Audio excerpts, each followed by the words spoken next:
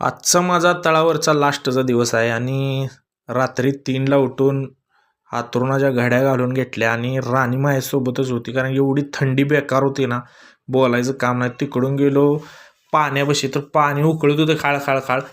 आणि रात्रभर चालूच असते, हे मोठं पातेलं असते, तिथून पाणी घेतलं मस्तपैकी 2-3 बारड्या. गेलो तिकडून टँकरपाशी आंघोळ वगैरे करून घेतली. तोपर्यंत तिकडे झाली ती तयारी पूजेची. तर अभिषेकसाठी जी फळं आणलेली मी ती चिरून वगैरे घेतली आणि अभिषेक घालून घेतला. अभिषेक घालून घेतल्यानंतर ना पूजा वगैरे केली आणि ऊद घातला. ऊद वगैरे घालून झाला आणि तिकडून एवढी थंडी बेकार होती ना, बोलायचं काम नाही. तिकडून गेलो मेंढी माऊलीला प्रदक्षिणा घालायला आणि 5 प्रदक्षिणा घालून घेतल्या. आणि मी एकटाच जाणार होतो, आपला भाऊ काय येणार नव्हता. तो अजून 4-5 दिवस राहतो म्हणला, जरा देवाची सेवा अजून जराशी करतो. आणि 5 प्रदक्षिणा घालून घेतल्या पहिल्यांदा.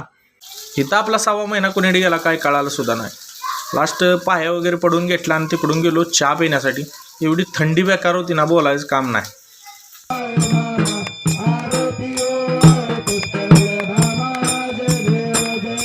आरती झाली आणि गेलो प्रसाद घेण्यासाठी. प्रसाद वगैरे घेऊन झाला आणि गेलो मक्का आणण्यासाठी. आता मक्का तुम्ही म्हणसाल कशासाठी, तर मक्का मेंढी माऊलीसाठी घ्यायला लावली. ज्यांच्याकडनं घेतली त्यांच्याकडे काही काटा नव्हता. तिथून गेलो डेअरीत, वजन वगैरे करून घेतला आणि तोपर्यंत ह्यो झालता पुजारी. कारण की जी आजी म्हातारी जी लोक असतात त्यांना काय लांब येता येत नाही. मेंढर भरपूर लांब होती, डोंगरात होती. तिकडनं येता येता माधुरीसाठी डाळ आणली होती आणि ती राया मामाला दिली. माधुरीच्या पाया वगैरे पडून घेतला आणि इकडून आलो, जरासं ऊद वगैरे घेतला. इथं ऊद वगैरे घेऊन झाला आणि गेलो नारळ घेण्यासाठी.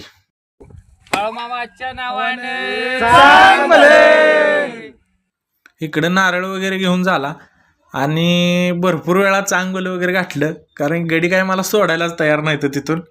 तिकडून आपला जी खाणमालक दादा होता त्याला लास्ट म्हणलो जातो मी आता भावा. एवढी भारी साथ दिली ना त्यानं, बोलायचं काम नाही. खाणमालक म्हणजे विषयच नाही त्याचा. नंतर आलो घरी आल्यानंतर ना जरा पूजा वगैरे करून घेतली माझीच आणि फायनली नारळ वगैरे आपला जो आणलेला मी ती देवाऱ्यावरती ठेवून घेतला आणि बोला जय बाळूमामा.